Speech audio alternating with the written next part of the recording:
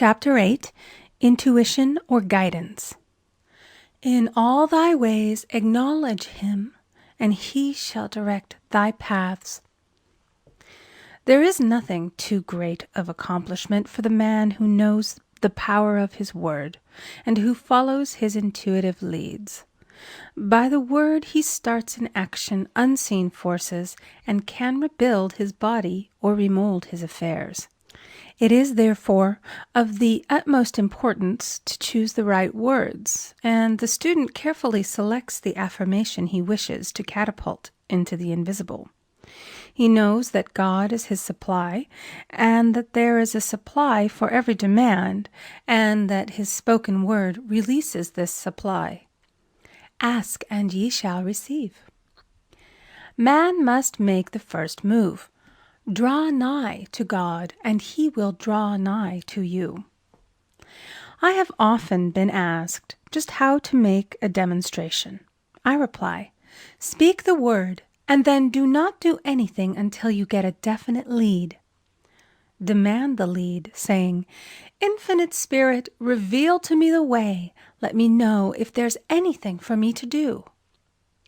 The answer will come through intuition, or hunch, a chance remark from someone, or a passage in a book, etc., etc.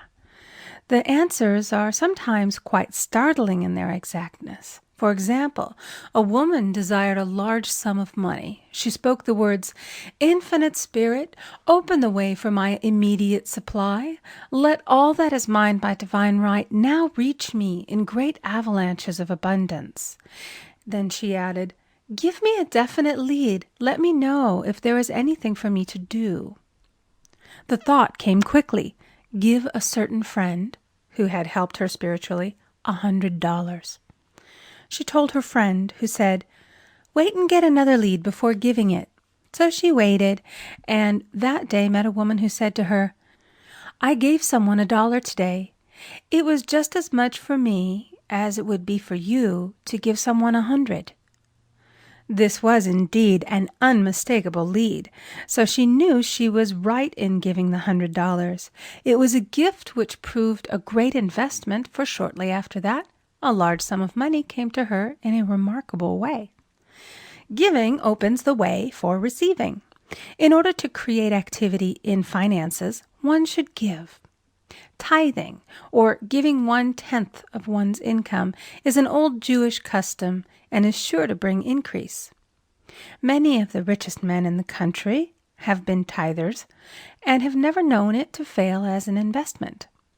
The 10th part goes forth and returns blessed and multiplied, but the gift or tithe must be given with love and cheerfulness, for God loveth a cheerful giver. Bills should be paid cheerfully. All money should be sent forth fearlessly and with a blessing. This attitude of mind makes man master of money. It is his to obey, and his spoken word then opens vast reservoirs of wealth. Man himself limits his supply by his limited vision. Sometimes the student has a great realization of wealth, but is afraid to act.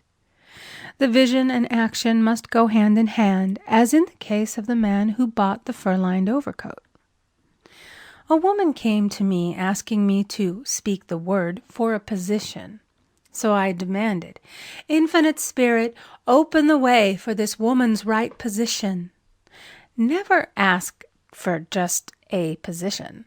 Ask for the right position, the place already planned in divine mind, as it is the only one that will give satisfaction. I then gave thanks that she had already received, and that it would manifest quickly. Very soon she had 3 positions offered her, 2 in New York and 1 in Palm Beach, and she did not know which one to choose. I said, ask for a definite lead. The time was almost up and was still undecided when one day she telephoned. When I woke up this morning, I could smell Palm Beach. She had been there before and knew its balmy fragrance. I replied, Well, if you can smell Palm Beach from here, it's certainly your lead. She accepted the position, and it proved a great success. often one's lead comes at an unexpected time. One day, I was walking down the street when suddenly I felt a strong urge to go to a certain bakery a block or two away. The reasoning mind resisted, arguing, "There's nothing there that you want." However, I had learned not to reason, so I went to the bakery, looked at everything, and there was certainly nothing there that I wanted. But coming out, I encountered a woman I had thought of often and who was in great need of the help which I could give her. So often, one goes for one thing and finds another. Intuition is a spiritual faculty and does not explain, but simply points the way. A person often receives a lead during a treatment. The idea that comes may seem quite irrelevant, but some of God's leadings are mysterious. In the class one day, I was treating that each individual would receive a definite lead. A woman came to me afterwards and said, "While you were treating, I got the hunch to take my furniture out of storage and get an apartment." The woman had come to be treated for health. I told her I knew in getting a home of her own, her health would improve. And I added, "I believe your trouble, which is a congestion, has come from having things stored away. Congestion of things causes congestion in the body. You have violated the law of use, and your body is paying the penalty." So I gave thanks that divine order was established in her mind, body, and affairs. People little dream of how their affairs react on the body. There is a mental correspondence for every disease. A person might receive instantaneous healing through the realization of his body being a perfect idea in divine mind, and therefore whole and perfect, but if he continues his destructive thinking, hoarding, hating, fearing, condemning, the disease will return. Jesus Christ knew that all sickness came from sin, but admonished the leper after the healing to go and sin no more, lest a worse thing come upon him. So man's soul, or subconscious mind, must be washed whiter than snow for permanent healing. And the metaphysician is always delving deep for the correspondence. Jesus Christ said, "Condemn not, lest ye also be condemned. Judge not, lest ye be judged." Many people have attracted disease and unhappiness through the condemnation of others. What man condemns in others, he attracts to himself. For example, a friend came to me in anger and distress because her husband had deserted her for another woman. She condemned the other woman and said continually, "She knew he was a married man. She had no right to accept his attentions." I replied, "Stop condemning the woman. Bless her and be through with the situation. Otherwise, you are attracting the same thing to yourself." She was deaf to my words, and a year or two later became deeply interested in a married man herself. Man picks up a live wire whenever he criticizes or condemns and may expect a shock. Indecision is a stumbling block in many a pathway. In order to overcome it, make the statement repeatedly, "I am always under direct inspiration. I make right decisions quickly." These words impress the subconscious, and soon one finds himself awake and alert, making his right moves without hesitation. I have found it destructive to look to the psychic plane for guidance, as it is the plane of many minds and not the one mind. As man opens his mind to subjectivity, he becomes a target for destructive forces. The psychic plane is the result of man's mortal thought and is on the plane of opposites. He may receive either good or bad messages. The science of numbers and the reading of horoscopes keep man down the mental or mortal plane, for they deal only with the karmic path. I know of a man who should have been dead years ago according to his horoscope, but he is alive and a leader of one of the biggest movements in this country for the uplift of humanity. It takes a very strong mind to neutralize a prophecy of evil. The student should declare, "Every false prophecy shall come to naught.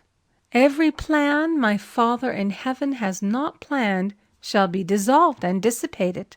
The divine idea now comes to pass." However, if any good message has ever been given one, of coming happiness or wealth, harbor and expect it, and it will manifest sooner or later through the law of expectancy. Man's will should be used to back the universal will. I will that the will of God be done. It is God's will to give every man every righteous desire of his heart, and man's will should be used to hold the perfect vision, without wavering. The prodigal son said, "I will arise and go to my father." It is indeed often an effort of the will to leave the husks and swine of mortal thinking. It is so much easier for the average person to have fear than faith. So faith is an effort of the will. As man becomes spiritually awakened, he recognizes that any external inharmony is the correspondence of mental inharmony. If he stumbles or falls, he may know he is stumbling or falling in consciousness. One day a student was walking along the street, condemning someone in her thoughts. She was saying mentally, "That woman is the most disagreeable woman on earth," when suddenly 3 Boy Scouts rushed around the corner and almost knocked her over. She did not condemn the Boy Scouts, but immediately called on the law of forgiveness and saluted the divinity in the woman. Wisdom's ways are ways of pleasantness, and all her paths are peace. When one has made his demands upon the universal, he must be ready for surprises. Everything may seem to be going wrong, when in reality it is going right. For example, a woman was told that there was no loss in divine mind. Therefore, she could not lose anything which belonged to her. Anything lost would be returned, or she would receive its equivalent. Several years previously, she had lost $2,000. She had loaned the money to a relative during her lifetime, but the relative had died, leaving no mention of it in her will. The woman was resentful and angry, and as she had no written statement of the transaction, she never received the money, so she determined to deny the loss and collect the $2,000 from the Bank of the Universal. She had to begin by forgiving the woman, as resentment and unforgiveness closed the door of this wonderful bank. She made this statement, "I deny loss. There is no loss in divine mind. Therefore, I cannot lose the $2,000 which belong to me by divine right. As one door shuts, another opens." She was living in an apartment house which was for sale, and in the lease was a clause stating that if the house was sold, the tenants would be required to move out within 90 days. Suddenly, the landlord broke the leases and raised the rent. Again, injustice was on her pathway, but this time she was undisturbed. She blessed the landlord and said, "As the rent has been raised, it means that I'll be that much richer, for God is my supply." The new leases were made out for the advanced rent, but by some divine mistake, the 90-day clause had been forgotten. Soon after, the landlord had an opportunity to sell the house. On account of the mistake in the new leases, the tenants held possession for another year. The agent offered each tenant $200 if he would vacate. Several families moved. 3 remained, including the woman. A month or 2 passed, and the agent again appeared. This time he said to the woman, "Will you break your lease for the sum of $1,500? It flashed upon her, "Here comes the $2,000. She remembered having said to friends in the house, We will all act together if anything more is said about leaving. So her lead was to consult her friends. These friends said, well, if they have offered you 1,500, they will certainly give 2,000. So she received a check for $2,000 for giving up the apartment. It was certainly a remarkable working of the law, and the apparent injustice was merely an opening for the way for her demonstration. It proved that there is no loss, and when man takes his spiritual stand, he collects all that is his from this great reservoir of good. I will restore to you the years the locusts have eaten. The locusts are the doubts, fears, resentments, and regrets of mortal thinking. These adverse thoughts alone rob man, for no man gives to himself but himself, and no man takes away from himself but himself. Man is here to prove God and to bear witness to the truth. And he can only prove God by bringing plenty out of lack and justice out of injustice. Prove me now herewith, saith the Lord of hosts, if I will not open you the windows of heaven and pour out a blessing, that there shall be not room enough to receive it.